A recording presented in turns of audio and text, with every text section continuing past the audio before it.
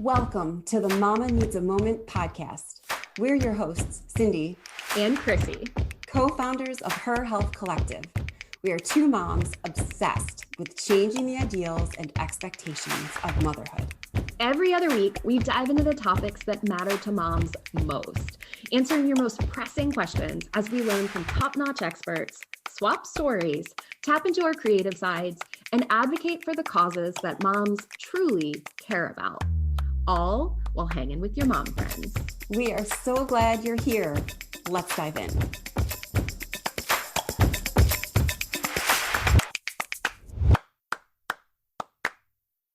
HER Health Collective is built on a value structure that consists of health, empowerment, and respect for all moms. We strive to help moms transform their self-care. All too often, moms put the needs of others ahead of themselves. We work to support moms and their self-care through having a supportive community and by connecting moms to vetted, reliable women's health experts. Our roundtables provide the opportunity for us to bring our panel of experts together to discuss important issues that are relevant to mothers' health. The fall roundtable is on the topic of diet culture and body image. We will be unpacking these topics and all the ways moms are affected by them, which is a lot. So with that, we would love to introduce our panel. And if you could just jump on and say what your certification is and what your specialty is. So Anna, if we could go ahead with Anna Lutz, have you pop on and say hi. Hi, everyone. I'm so thrilled to be here. I'm Anna Lutz. I'm a registered dietitian, and I'm based in Raleigh, North Carolina. And I specialize in eating disorders and family feeding. And all the work I do is from a weight-inclusive approach. I'm aligned with the Health at Every Size principles. So I'm thrilled and I'm very excited about this discussion. Wonderful, Anna. Thank you so much. I'm going to head over to Carrie Jones. Hi, Carrie. Hello. Thank you for having me. I just said my name's Carrie. I'm a registered dietitian in Cary. So I found my place. I do pediatric and maternal nutrition within my practice. Wonderful. Thanks so much. Dr. DeRowan, would you be able to pop on and say hi? Sure. Hi, everyone. My name is Urquita DeRowan. I'm a family medicine doctor with other board certifications in diversity medicine and lifestyle medicine, and I'm in the DC area. Lovely. Thanks so much. Hi, Dr. Lavelle. Can you pop on and say hello to everybody? Sure. Hi, I'm Dr. Susan Lavelle, Premier Wellness, and I am a former plastic surgeon, now holistic health provider, working primarily with women professionals who want to increase their energy, weight, and hormones. So excited to be on this today. Perfect. Thanks so much. Dr. Folden, hi there. Hi ladies. Hi. I'm Dr. Lisa Folden. I am a licensed physical therapist and a behavior change specialist, which is essentially a health coach. I specialize in working with busy moms, and I am also aligned with Health at Every Size principles, and I approach all of my clients from an anti-diet and weight loss perspective. Very excited to be here, and I'm in Charlotte, North Carolina. We're so glad to have you here. Hi, Catherine. Catherine Andrew, if you could pop on and just say hi. I'm Catherine Andrew. I am a registered dietitian based out of Raleigh, North Carolina as well. I use a functional approach to help men and women dig into issues that are challenging them and keeping them from really enjoying food and living life to its fullest. I specialize probably in hormone and digestion issues mostly. Thank you so much. As we progress into the questions are not directed at anyone in particular, so feel free to hop on whenever you have a thought. We want to hear from everyone and to hear how these different topics are influenced within your industry.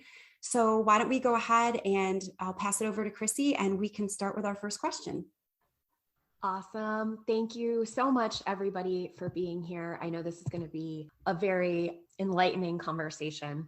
We'd like to start with the historical element of this. So we'd love to dive into a discussion about the history of diet culture. How has it come to be such a toxic element of our society? Has it always been this way? Or was there a time when this idea of diet culture was first exposed and really kind of took root in our society? I think if we look back, if we look back centuries, what people look at has changed. So, in some ages, you were wonderful if you were larger, especially in Africa and other, like you mentioned, in the Victorian ages, because that meant wealth. That meant that you were secure and stable. And then we flip-flop back and forth. There were times when, having a tan, like now, having a tan is a great thing because it means you've got the means to have excess time to be out in the sun. Whereas years ago, it wasn't. If you had a tan, that meant that you were working. So it really depends on the people and the time and the agencies. And something that I want to mention is not just weight, it's not just body image, it's also, and it's not for women, I would say, it's also for men. Because if we look at presidents, look at the height of presidents. The shortest president that we had was way back in the 1700s. So it's all a matter of how we look at things over as time changes. This is Dr. DeRowan speaking. I can definitely agree with that, because even if you look at women over the years, if you look back in Egyptian times, more women were thinner and they had a certain aesthetic. And then as you go over to other times in history, like in Greece or in England in the 1800s, women were more valued by being a little plumper because it showed your wealth and that you could afford food. And then even more recently in our history is just looking at celebrities and celebrity culture over time. Whereas in the 50s with Marilyn Monroe and everybody like that, they wanted a little more shapely bodies were designated and kind of desired. And now we're seeing changes over the years where it's going towards more thin and things like that. And even now more recently, you're seeing people who are having a little bit of different body desires that may not be as natural, where they're getting the injections and the different surgeries to take some weight off of their waist and put it to their bottom. So it's definitely been an evolution.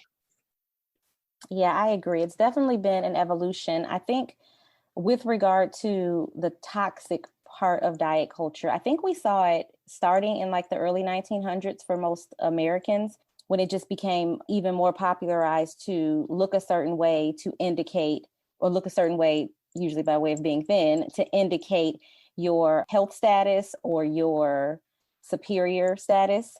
And I think it got really overdone in the 80s when we started, in the 80s and 90s when we started like the war on obesity and diets became like all the rage and everybody is, thin and in a unitard working out. And I think the core root of it may have started with the idea that we should be healthier and take better care of ourselves. But I think it was very, very quickly taken over by this focus on the aesthetic, this focus on what you look like, less of a focus on your actual health and well-being, but more on how you look and how you fit in.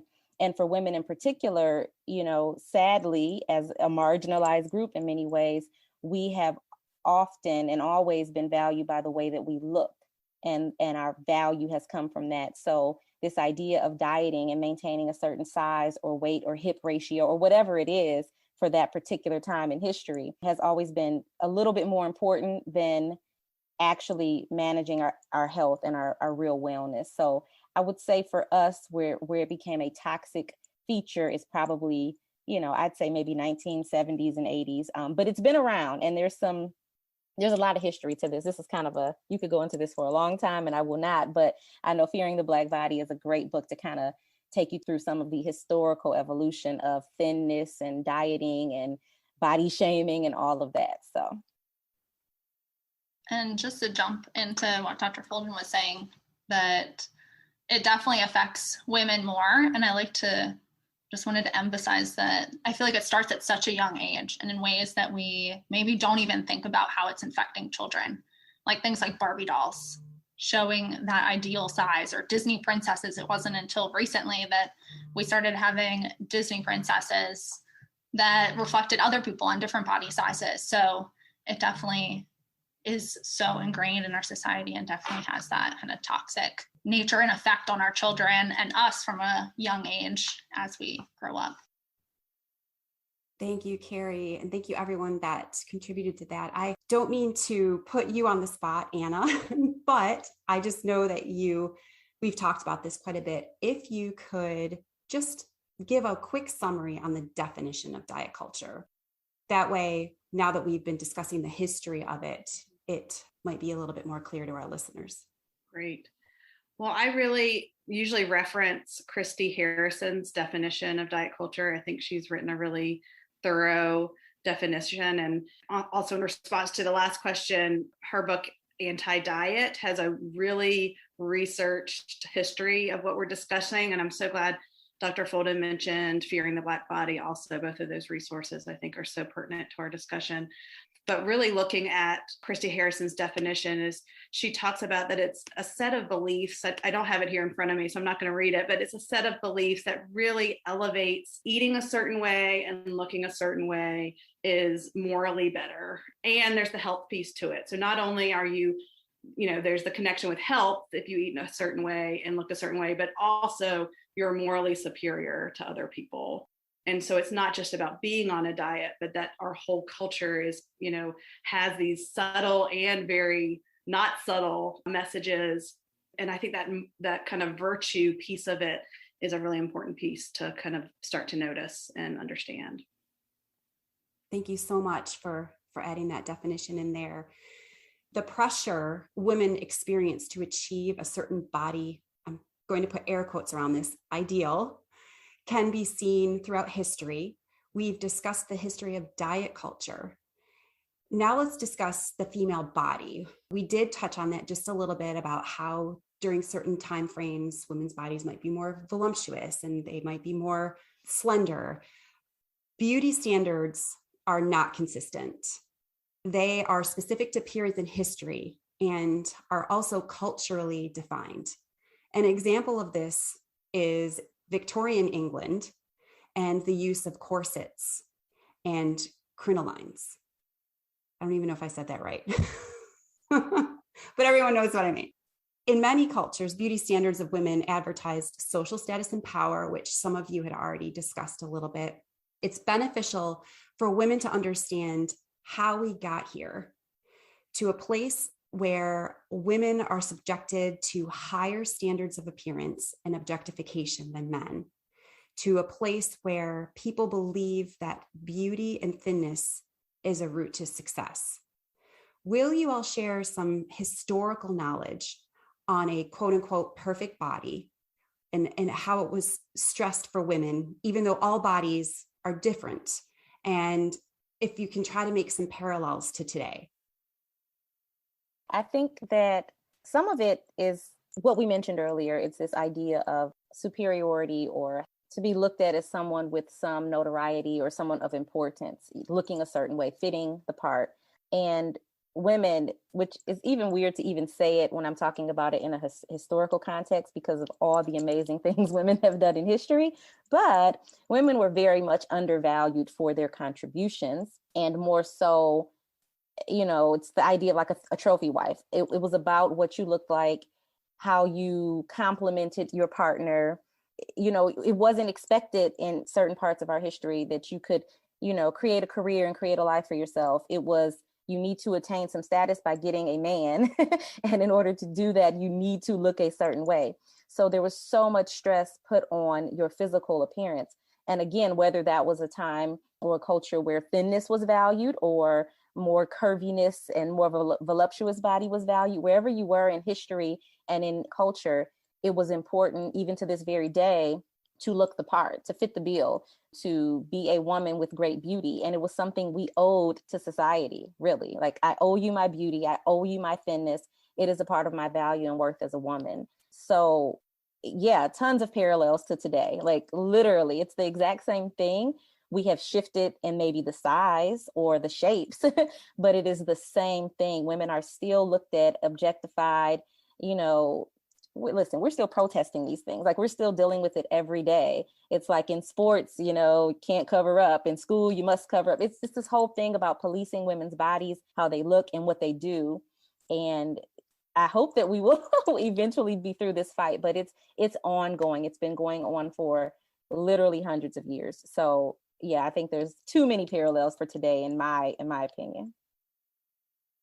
Something I think about is the ideal body seems to be the thing in history that's harder to achieve. So when there wasn't enough food, being fat, being in a large body was this sign of wealth and fertility and this wonderful thing that, people could achieve. And now that we have, at least here in the United States, an abundance of food available, of course, there is significant food insecurity in our country. So I don't want to diminish that, but there's cheaper food available.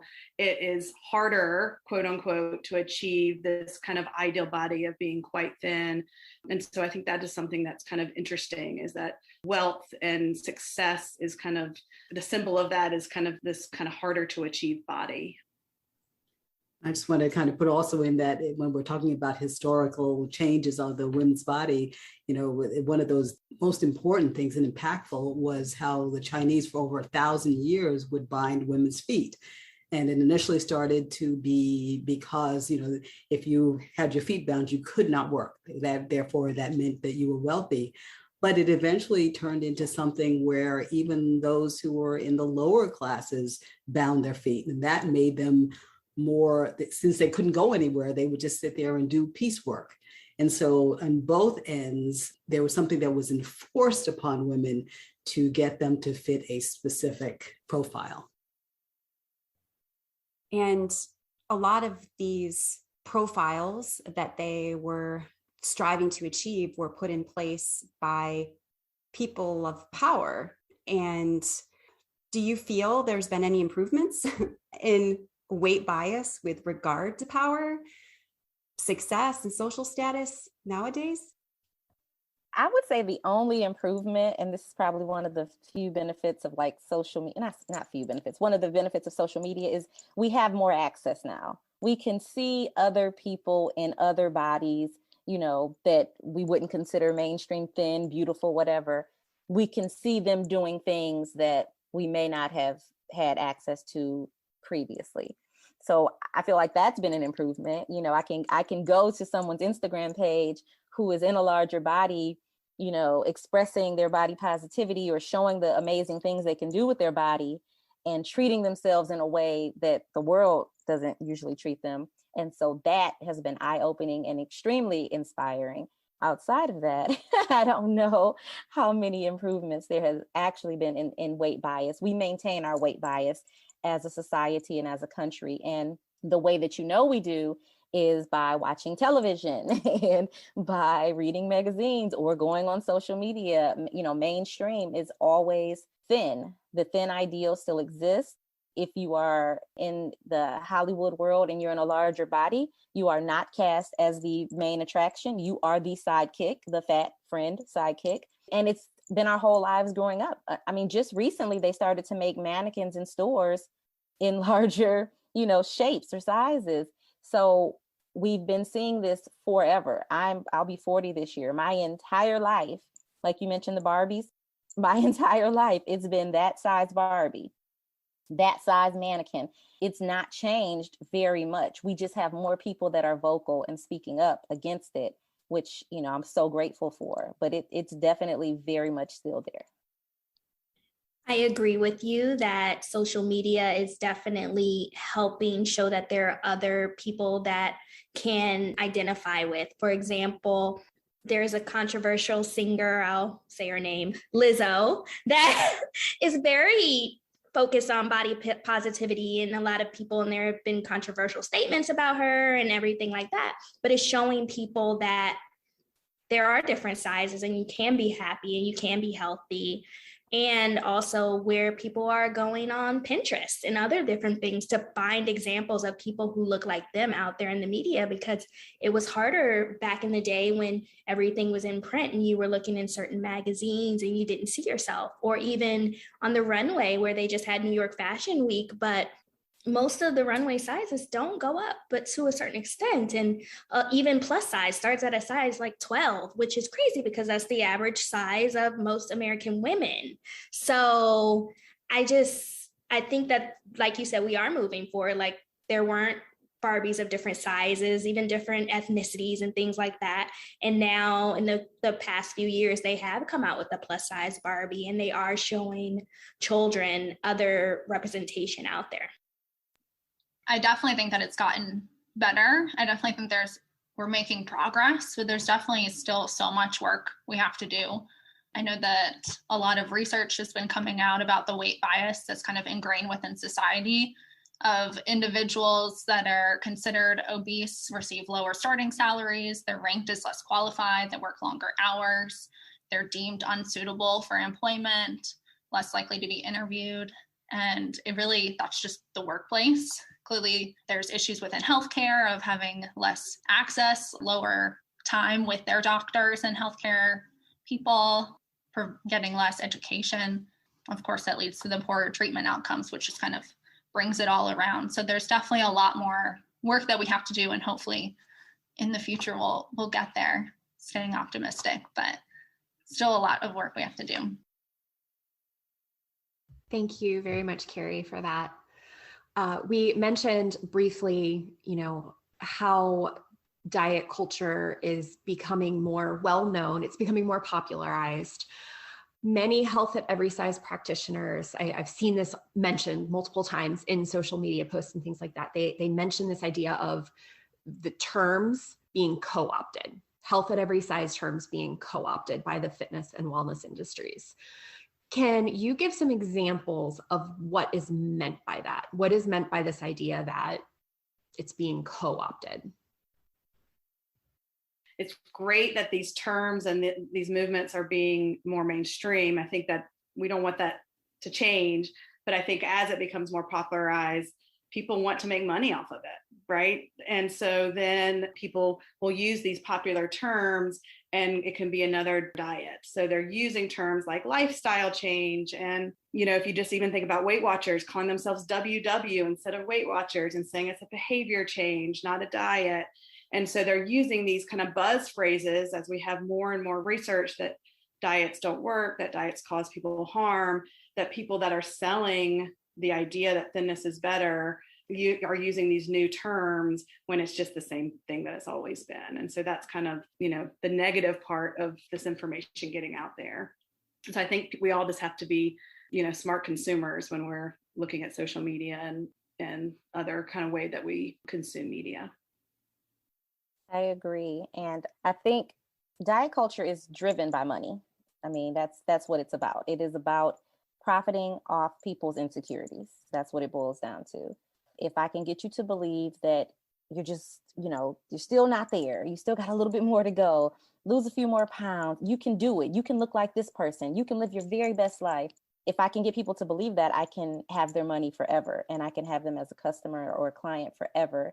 And so as our society starts to shift and people's eyes are opened up to the health at every size movement, and to this idea that, diets really are not sustainable, nor are they healthy, nor are they beneficial.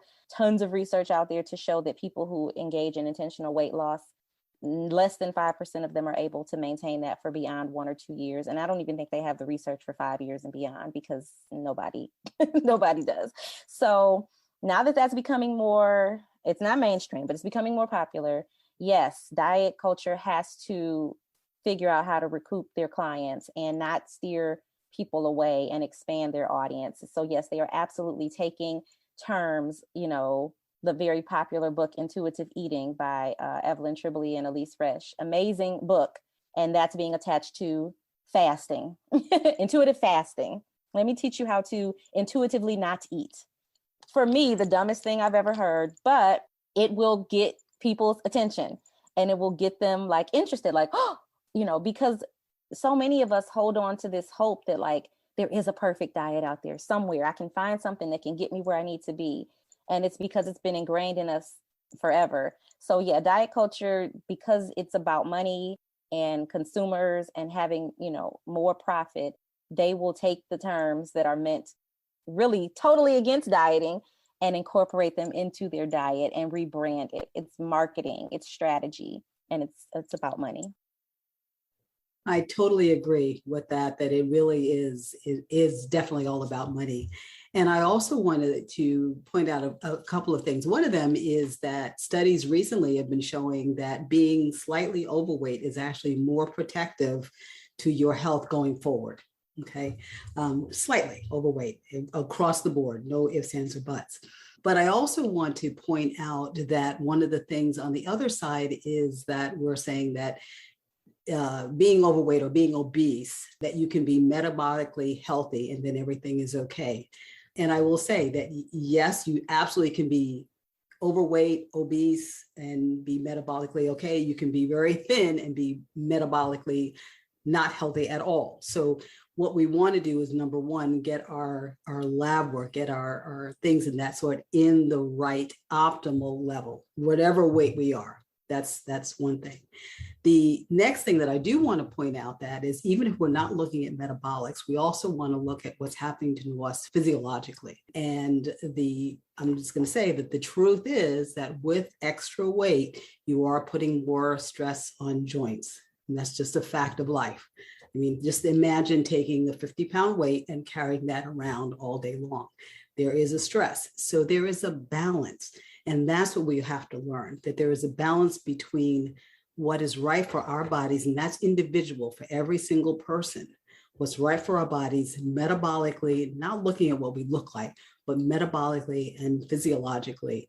Those are the two things that have to jive. And then we're at that optimal health for ourselves. And that's different for everyone. I agree with that, just to an extent. In my line of work as a physical therapist, there's a lot of talk about extra weight on joints and, how that's good or bad or indifferent. And what I will say is, you can have a very negative impact on your joints if there is a lot of weight gained in a short window of time. It's sort of a shock to the system. So if you gain a lot of weight in a very narrow window, your joints may feel that. But in general, overall, the typical weight gain that I think most of us experience over the course of our lives, that has not really shown to make any significant effect to your joints. And even if it does, or if you're having joint pain and you happen to be in a larger body, the problems that we're running into is people in those positions are just being told to lose weight. And the reality is that is not achievable for most people, for the vast majority of us. And so in healthcare, when we're dealing with these disparities, and like I said, I see it in my line of work a lot. I've been a physical therapist for 14 years. People are being discriminated against because they're in larger bodies. And the assumption is, oh, you're fat. You just have too much weight and load on your joints. You just need to lose weight. That's not true. It's not the case for most of us. Again, if these are people that have always been in larger bodies, their joints are not under any significantly severe stress that it's not been their entire lives. It has more to do with addressing everything else. What's the flexibility like? What's your strength like? What's your endurance like? We can improve health behaviors. We can attack your issues from different ways. It doesn't have to always go back to weight. And I would say far more of an issue than weight, because we like to just kind of lump it together. I would say that some of the negative health factors that we're concerned about have more to do with the body fat percentage versus the weight. We know people are in larger bodies and they have more muscle tone and they just weigh more. That's a different situation than someone who just has more fatty tissue or more visceral fat. But even in those situations, again, our bodies are supposed to be different. I say this on my social media, and sometimes I get a lot of slack for it. The reality is some of us will be fat and it's okay. Like some of us will be fat and it's totally fine. That doesn't make us unhealthy. It doesn't necessarily make us healthy. That's your individual journey, but it's not a early death sentence. It's not something that should necessarily be looked at as negative. And it's not something that we have to feel this desire to fix. We're obsessed with fixing ourselves. Anything out of place, anything wrong, let me fix it. And weight, in my opinion, is just not something that always needs to be fixed. I think you can improve your health. You can change your health behaviors. For some people, it'll result in a slightly lower weight. For some people, it might result in a higher weight, and others, it'll be no difference in your weight. But you can pursue health without any regard to your body weight or size. And that's just my preference on how to pursue it, because when you focus in on weight and your weight doesn't change, you are less likely to stick with the positive health behaviors. Absolutely right. Absolutely right. It's health first and weight and appearance second. It's got to be that way. In addition, just knowing that it's different for everyone. So I agree.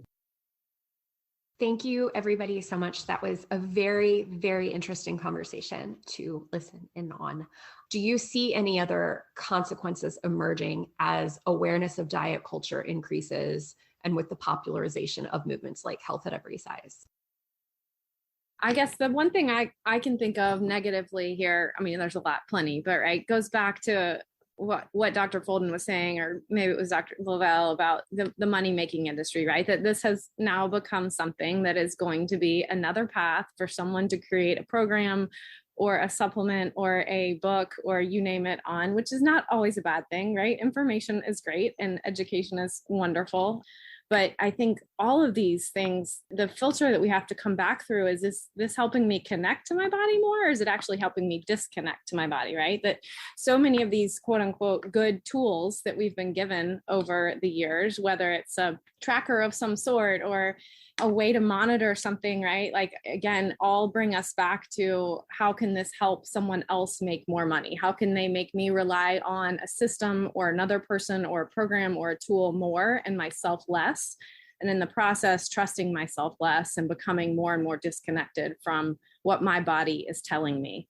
So even down to the conversation about, you know, weight and health and joint and all these things, right? Like it still comes back to a lot of times, what are we watching? What are we listening to? What are we being driven by that's actually pulling us away from how we're connecting with ourselves? So I think that would be the one thing I would say about the danger of the health at every size is just like any other hot topic, right? It has the potential to actually remove us from what is really going to help us heal and become healthier rather than connect us. Something else I think about as a kind of a negative consequence to health at every size and intuitive eating and non-diet becoming more popularized is that we lose sight of what is true, how it started and what is true. There's lots of myths around what health at every size is and what it's not, what intuitive eating is and what it's not. And I think the more these terms become popularized, then people don't really understand what it is. And there are these very false myths of, you know, people thinking that it's about doing whatever you want and, you know, not listening to your body or, I think it's really important to acknowledge that the health at every size movement started as a social justice movement. And, as it's becoming more popularized and because of social media and it becoming more mainstream, I think that piece is being lost. And so I think that's, a negative consequence that, again, it's two sides to every coin. Thank you to the sponsor of this episode and our fall initiative sponsor and just one of our beloved Her Circle studio partners, Total Row Raleigh. This is a rowing class worth getting excited about. Total Row classes are rowing centric, making them low impact, total body, and effective. With small classes and certified coaches, their program offers a local community vibe with professional quality. Every class is scalable to any age or ability, making Total Row classes available to anyone. We've gone to a couple of their classes now, and I just love it. It's so much fun. I love that they have no mirrors anywhere in the studio. There's no focus on body image. Instead, everything revolves around good form, gaining strength, listening to your body, feeling powerful, and most importantly, having fun, which is something I do every time I've gone to one of their classes. Yes, I love how they use empowering lingo during class that makes you appreciate the body that you're in right now and what it's doing for you, rather than having you focus on an ideal that you're hoping your body will eventually look like. Absolutely. Be sure to check out Total Row Raleigh and discover a better way to row. I'd like to expand a little bit more on the contradictory scientific evidence. We've discussed it just a little bit when we were talking about joints. One of the components of diet culture that the health and fitness industry tends to stress is that health and weight loss are related. And we would love to clarify this for our audience. Why does it seem that weight loss improves health? For example, Somebody that loses weight will say that their blood pressure increased, their cholesterol was lower, they lowered their risk of diabetes.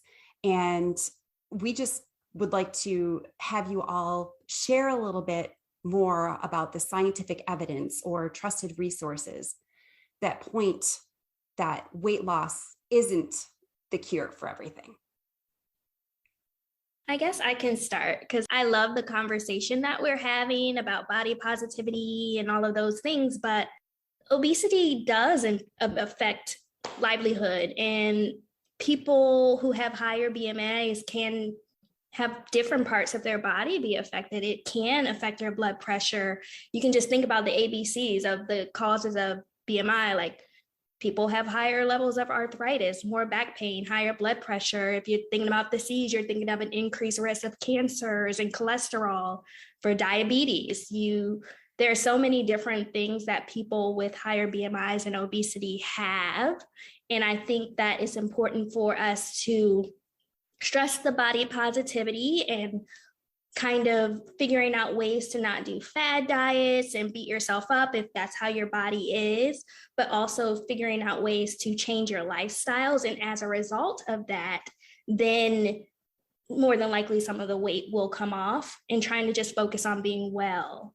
So there have been numerous studies just on the effects of obesity. There have been, the New England Journal of Medicine came out with a study in 2017, I believe, where they talked about the health effects of overweight and obesity in 195 countries. And it showed that increased BMI accounted for 4 million deaths globally. And that was due to different things. So it could be due to just the increased inflammation from the body from different cells, or fatty liver and all of those different things that the obesity can have.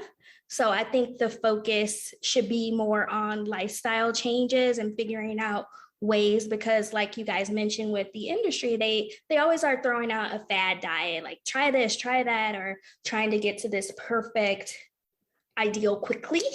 But there isn't a magic pill. There isn't something that will just make you snap and do it. And that's a lot of times why people fail their diets and they go and move on to the next and the next. So some resources that I would recommend that people look into: definitely nutritionfacts.org. They have a lot of evidence-based medicine talking about different diets and how different nutrition components can affect you in different parts of your body and different things. And there are 2 books written by kind of like the father of lifestyle medicine, How Not to Die, which looks through the different parts of your body, so your brain, your heart, and all of those different things. And it talks about how to eat and to live and exercise and meditate and all of those kinds of things that come along with decreasing the stress and impact on the body, getting more sleep, and all of those things that you don't think can impact weight. And then there's another one called How Not to Diet, which is the follow-up on that. And it looks at the studies of each of the major diets. And a lot of them do work, I'm not going to lie. And I know a lot of people who are here may be like, okay, I'm going to do the keto diet, and it works. But then what happens when you stop it? So looking into what works, why it works, and what may be better for you, and what may be better for you may be different for me. So trying to figure out what is best for your body, and like you guys said, how to listen to it. I do want to jump in really quickly because we're using some terms that are like to HAES people. Those terms are like make you want to feel like you're being stabbed. And one of them is BMI. OMG. Thank you for that. I can't. BMI makes me want to vomit. I'm so sorry. It is so hard to hear BMI because understanding the history of it, created by a mathematician, has zero. When I say zero, like negative numbers, nothing to do with our actual health at all. Literally a ratio of your height and weight. And it does not apply to us. And if you read the book Health at Every Size by Dr. Linda Bacon, they talk about the history of BMI and how these boards met to figure out, what was healthy, what was not. And based on the research, it made more sense for like healthy BMI to be considered something higher, and instead it was lowered.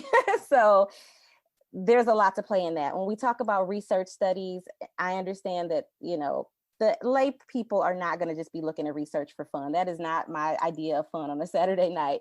But what's really important to digest about some of the research that we see is what I like to say is following the money. Like, who's funding this research? Who stands to benefit from this research? If it's a corporation that specializes in weight loss drugs or weight loss materials and components, that might not be the research you want to look at. So when we use terms like BMI, when we use terms like even obesity, that's not even, because again, it was based on this idea of the BMI, which is, in my opinion, complete trash. It should be thrown out of healthcare because it does not adequately represent the health of any person. And then when we do dig into the research, the good research, because there's good research out there, and we do see causal relations, well, not causal, we do see associative relationships between people's body size and their health conditions. That is an absolute fact. The problem is we sometimes misinterpret this research to assume that because fat people may have a higher rate of this or that, is that it's a causal thing. And it's not always causal. There is an association. That may be health behaviors. It may have a whole lot to do with what we touched on briefly earlier, is the discrimination that fat people face in the medical field. So if you're not getting adequate health care because you're being discriminated against, you feel like trash every time you go see your doctor, you might start to develop a cancer that's never caught. Also, you can be misdiagnosed because the first thing that you're being confronted with in the healthcare system for a lot of people in fat bodies or large bodies is that the cause of your issue is weight. You just need to lose some weight. And people are being like misdiagnosed or not diagnosed from real life-threatening diseases. And if we could shift the focus from your body weight is causing a problem to let's look at some new health behaviors that we can try to make you healthier with no regard to the size of their bodies. Because the reality is, if we're living in a way that is healthy for us, we're making good decisions about, the activities we participate in, the nutritious foods we're feeding ourselves, our bodies will settle into a healthy region. It just may not be the ideal look of health for people because we see fat as being so unhealthy. So I could say more, but I don't want to dominate this conversation. So I'm going to be quiet. But it's really hard for me to hear BMI and obesity because I'm just like, I wish those terms would just die. Yeah, I was just going to also talk about BMI because both of my kids do sports. Well, they're retired now out of college, but and they were always all their lives considered overweight or even on that border of being obese because they had a higher BMI. And they were in the best shape, and all it was muscle. So we know that muscle, not pound for pound, because pound for pound, they weigh the same, but volume wise, muscle is much denser than fat. And therefore you're going to weigh more for the same height, and your BMI is going to be higher. So I agree with you, Dr. Bolden, we need to throw out BMI. However, I will also say that, that one of the things we have seen, and I'm going to take this away from traditional medicine and go more into the lifestyle/functional medicine arena, where we're looking at more optimal levels of everything. And we see that more fat leads to more inflammation. And inflammation is at the basis of so many other things: heart disease, diabetes, arthritis. So that is more, I think, where the issue is, not so much in the weight per se of itself, but in the amount of inflammation that a body has. And if you can lower that inflammation, you lower your risk for all of those secondary conditions. I appreciate everyone's comments. And I really wanted to add about and highlight what Dr. Folden said about causation versus correlation. A few things that come to mind. One is there's lots of correlation in healthcare or in health. One I always like to bring up is bald men are more likely to have heart disease, but we don't try to grow hair on men to decrease their risk of heart disease. Similarly, taller women, the taller you are, you're at an increased risk for ovarian cancer, but we don't tell women they need to be shorter. And so same thing, there's this correlation, but because of our biases, we say, well, then you need to lower your weight. And if we control in the really big health studies like the NHANES and the Framingham health studies that show this correlation between weight and different health conditions, blood pressure, high glucose, et cetera, if you control for weight cycling, those correlations actually go away. And I feel like this is a really important part, because the people that are weight cycling, and weight cycling is when you lose weight and gain weight and lose weight and gain weight, the people that are weight cycling are in larger bodies and are being told to diet. And so that, to Dr. Lavell's point, causes inflammation, causes health, when the correlation goes away, when we control for weight cycling, that actual correlation goes away. We need to be looking at, how can we reduce weight cycling? How can we provide better health care for people in all bodies so they can take care of the body they have in this moment? And so there's so much research that we need to dig into. One other quick thing I'll say is the American Medical Association many years ago had a whole committee to decide if, and I'm going to use this term because they use it, obesity should be a medical condition. And that's not a term I usually use. And their committee looked at all the research and recommended to the American Medical Association that it should not be a medical condition. And the AMA went against that, their own committee's recommendation based on research, which I think just shows the levels of biases that our healthcare system is operating under. And one other really quick thing, some of the diseases and conditions that we attribute to being caused by weight gain or fat, fatty composition, oftentimes those conditions actually increase your fat and or weight gain. So sometimes there is a causal relationship, but it is in the reverse. And the reason that's important to say is because people in larger bodies are blamed for being fat and for having diseases. We blame them. It's because you're not doing something right. You're not taking good care of yourself. You need to just diet and work harder and you'll be healthier. And in reality, a large portion of our health and a large portion of our weight and body size is not in our control like that. Not like we think it is. We think we can diet, do the next thing and fix it and we're good. But as we mentioned earlier, for most people, the weight comes back and our metabolism is lowered and then we cycle and we go through this whole thing for our whole lives. So the reality is getting people to focus on just living in a healthy way, whatever their bodies look like, and not focusing on that. Because again, sometimes the disease itself is what's causing the weight gain. Yeah, and sometimes even the treatment for the disease. So with diabetes, insulin actually causes more fat gain, and we don't even think about that. Thank you, everybody, so much for that conversation. We're going to kind of jump topics just a little bit. I'm sure somebody here in this group, if not most of us, had said to them at some point, "You don't even look like you had a baby," or something along those lines. Statements like that are a classic example of someone trying to compliment another person when in fact it's spreading diet culture and fat phobic ideas and biases. What are some other examples of fat phobic and diet culture soaked statements? How much time do we have? No, I'm joking. Oh, you look so good. I feel like any comment about someone's weight is rooted in diet culture, right? So, have you lost weight? Or commenting on someone else, look, that other person has gained weight. Gosh, I feel like this should be easy, but it's a little bit harder coming to mind. She's really let herself go. That's a good one. Yeah, that happens a lot for moms. So really just any comment about a person's weight. It's not our place to speak in that arena. Now, if any of our listeners have happened to make a statement like this innocently, not aware of it, how does one begin to revamp the own biases that we might hold, and how a slip of the tongue we might say something like that to a friend or in just general passing? I think the first thing is you have to be aware. I think a lot of us don't even think about what's coming out of our mouths. So the very first step is being aware of what you're saying and what it can mean to others. I think it's a lot of unlearning and sort of, just no longer doing the status quo. I think a short, quick rule is, don't comment on anybody's body. Like, that's just it. Just unless they invite you or ask an opinion about something, don't comment on anyone's body. Pregnant, just had a baby, all of it. Just don't comment. And I was going to say, if you have made one of the statements, just kind of for self-reflecting, like, why did I make this statement? Am I trying to influence their weight? Why do I think they need to lose weight? Just kind of having that internal dialogue to just kind of hopefully reveal your own biases and hopefully work through those.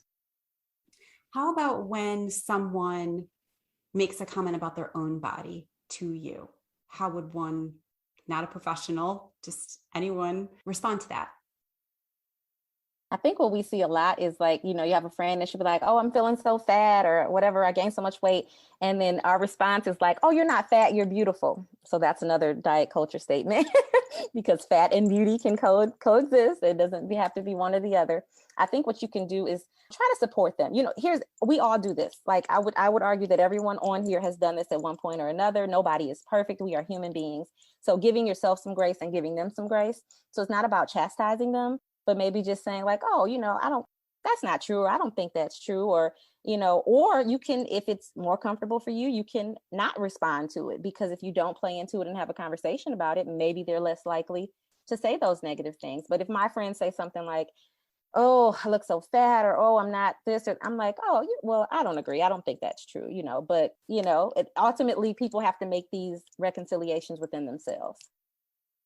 I think one other thing along those lines is just helping people think about their words, right? So like feeling fat and then looking, beautiful, like what does that mean to you? And tell me what feels off and what feels like it hurts and what feels wrong right now. And why do you not feel good? Like describe that in words that actually you can feel and touch and see, and instead of our cultural words, right? So I think pushing back a little bit gently on people with grace, as you said, on like just getting people to use their words a little differently rather than the lazy version, which is what we tend to use because we see it on TV or elsewhere on social media.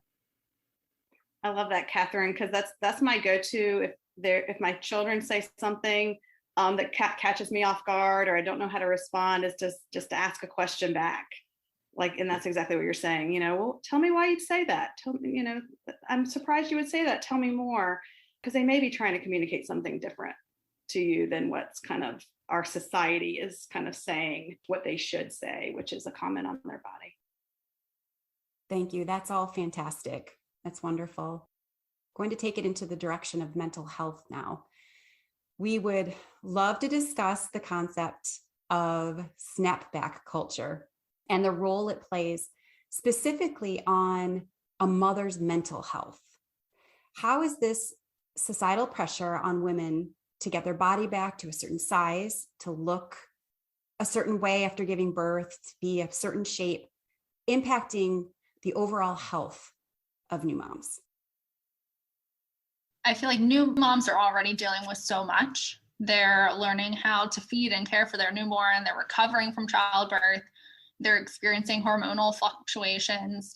And then that's on top of considerable challenges like lack of sleep, pain, breastfeeding, stress. So there's so many things that's already going on. So to add that unrealistic expectation of snapback culture can definitely cause moms to neglect their own rest and recovery and increase their risk for developing a variety of mental health challenges, whether it's postpartum depression or other things like delaying their postpartum recovery or breastfeeding difficulties. So really just, it has such a impact. We definitely need to support moms, especially the new moms.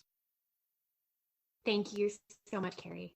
We have seen a huge increase within the last 2 decades in the number of people who are affected by orthorexia nervosa. Coming from the fitness industry, my view of this might be a little more skewed because I feel like everyone I know has this to some degree within the fitness and wellness industry. Would you please define orthorexia and explain why it is not yet in the Diagnostic and Statistical Manual of Mental Disorders, the DSM-5, and why it's classified as other specified feeding or eating disorder? And why is this particular disorder on the rise? The etymological, I think that's the word, root behind that is ortho, which means straight, and then straight eating. So it's people who feel that there is a specific way of eating and only that way works. So we can see that in all different ways. We've got people who eat paleo, and if you eat a grain, you're going to die. And same thing with vegetarians and vegans. And not in it for the health part, but in it for the belief that what they are doing is the absolute best and only way to eat. So that's where it starts. And then it builds out into, feeling that if you eat anything outside of that, that there's something wrong with you. And that brings all of that emotional torment, really.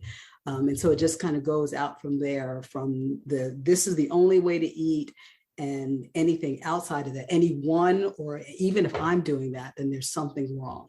So that's where it begins. And I think too, it's the obsession with those behaviors. So it's the obsession with my healthy way of eating, the obsession with my specific exercise or way of moving. I think anybody can fall into this because it's a slippery slope, right? When we get on our fitness trackers and we're like, oh, I didn't burn enough calories today, I got to go back out. Or I've seen people like stop in the middle of like work to like run in place to get their points up, get their steps up. Or it's sort of this obsession. And we know the term, anything, even a good thing, too much of a good thing can be bad. So when you're obsessing over something and you're putting this idea of like my physical health, even if we're talking about real health, but we're putting our physical health above everything else, our mental, emotional, spiritual well-being, then it's not really healthy because we're not giving attention to the other parts of us. We are far more than a body, like each of us. So there's more to address in our health than just what we're eating and how we're moving and what we look like. Totally agree. And I think the reason we're seeing it more and more is because of, fad diets over the years have become more and more extreme. They're just being kind of layered on top of each other and becoming popularized. Even going to the grocery store, you'll see about fad diets. And so I think it's these fad diets, if you look at it right now, are kind of everywhere. Going to restaurants, they'll have the paleo menu or this menu or that menu. And so I think it's becoming more part of accepted, like that is how you're supposed to eat. You're supposed to be always on some kind of restrictive fad diet. And then people really can fall into it. And orthorexia can have all the same health consequences as any of the other eating disorders. I think it's a fairly new proposed diagnosis. It's, was first written about, that term was written about by someone who wasn't even proposing it to be in the DSM-5 or 4 at the time, probably. And so I think it takes years and years and years for it actually to get into the DSM-5. I don't know if it will, but certainly from a medical and mental health standpoint, it has just as serious consequences as other eating disorders. It's also hard for individuals or the regular public to know what to do. So they look to professionals or people that call themselves doctors or know what they're saying. And they say to don't eat grain or don't drink dairy. And they just don't know what to do. And it's overwhelming. And so you just start adopting all of these different practices and it slides downhill pretty quickly. So thank you all. The vast majority of people have a desire to look good and have their appearance appreciated by others. And it's very hard to let that attachment to appearance go when we're surrounded by it all the time.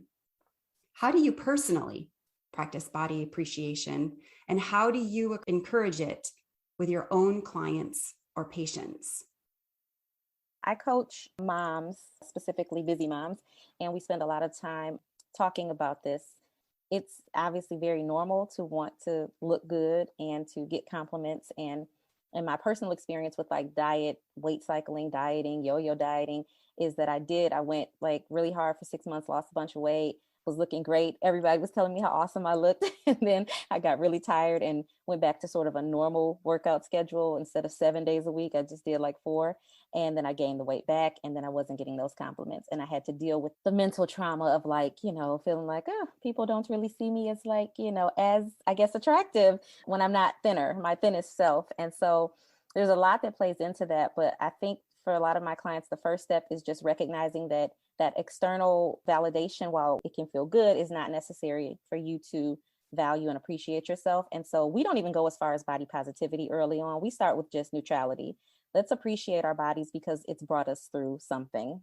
it's carried life into the world, or it's gotten me through a pandemic, or it gets me up and down the stairs every day. So we start there with like the utility. What is your body doing for you that you're grateful for? As a physical therapist, I work with people who have, amputations, or who cannot walk, or who, so recognizing the full spectrum of like the potential of your life on this planet. You could be in a different position with less abilities or less whatever. So just starting there with appreciation for what you can do and what you do have. I would say that the biggest thing that I work with my clients is understanding what their own body is trying to tell them. And that's where we start. And if you have that under your belt, then it's the best thing. And I have to say, it's not even where I trained and how I started. I was a ballet dancer for 14 years. So you know what that culture is all about. Then I went into plastic surgery. So you know what that culture is all about. And it really wasn't until I had my own health issues and had to figure out what not just looking better was, but actually being healthier really meant, that I really understood what that meant for me. And that's what I try to bring to the clients that I work with. I agree with everything that was said before. And I kind of think it goes back to what someone said earlier about what is the emotion that you want, like from all of this experience? Why do you want to feel or look a certain way? And just dealing and kind of reflecting within, like what makes you feel good, and what can you appreciate about your body that it's able to do, because some people don't have those capabilities. And surrounding yourself with positive people that can also discuss those things, like a good girlfriend group or family members that you can talk to and just share how thankful you are for certain things that you can do. It doesn't matter what you look like.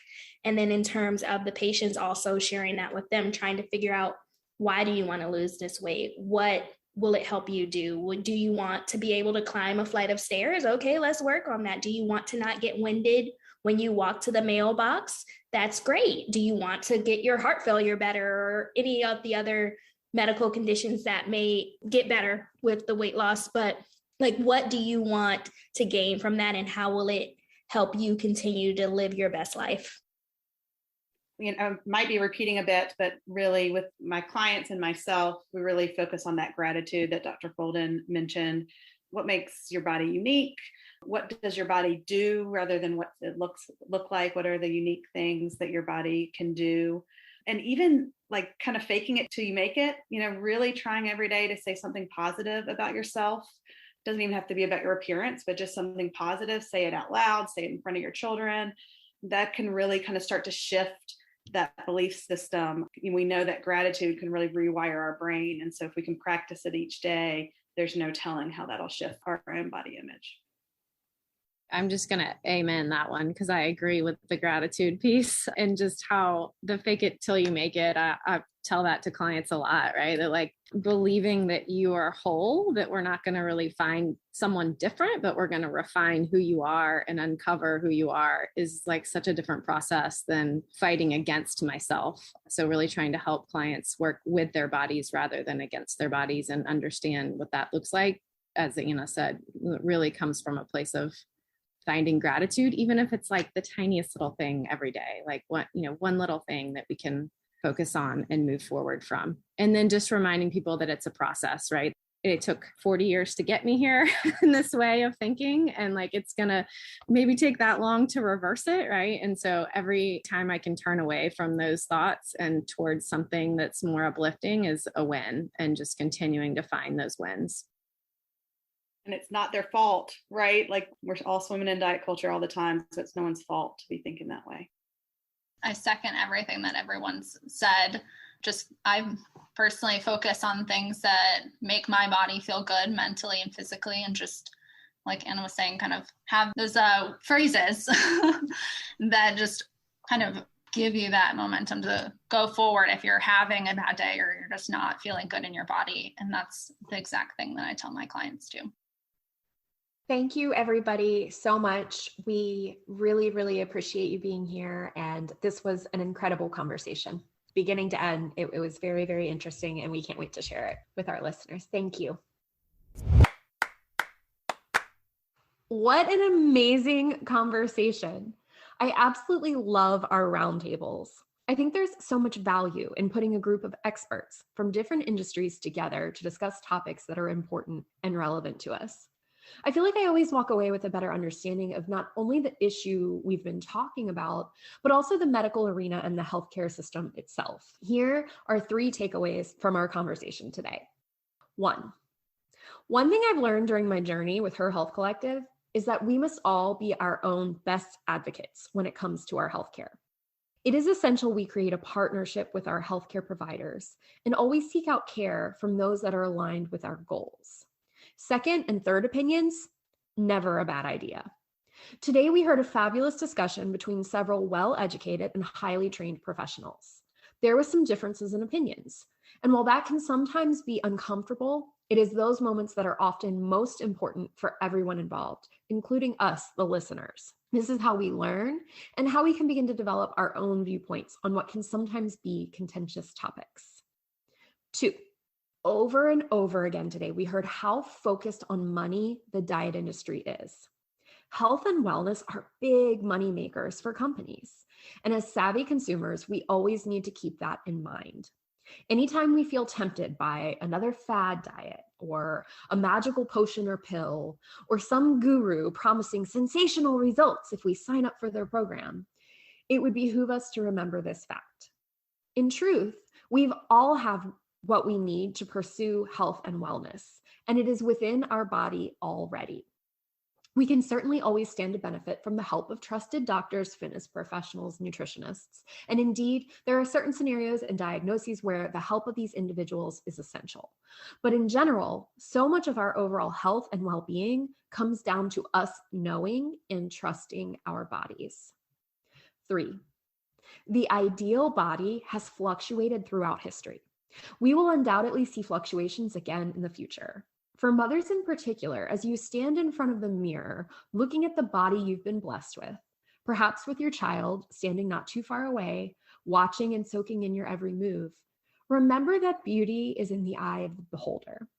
During any era of time, society may dictate what is the physical ideal, but we never have to succumb to that dated mentality. We can set our own ideal, and it certainly doesn't need to involve the number on the scale. Thank you so much, friends. We'll see you next time. High five, friends. We had so much fun with you. Be sure to hit that subscribe button so you never miss an episode. And don't forget to leave a review. We love hearing what you have to say. Until next time, stay true to you.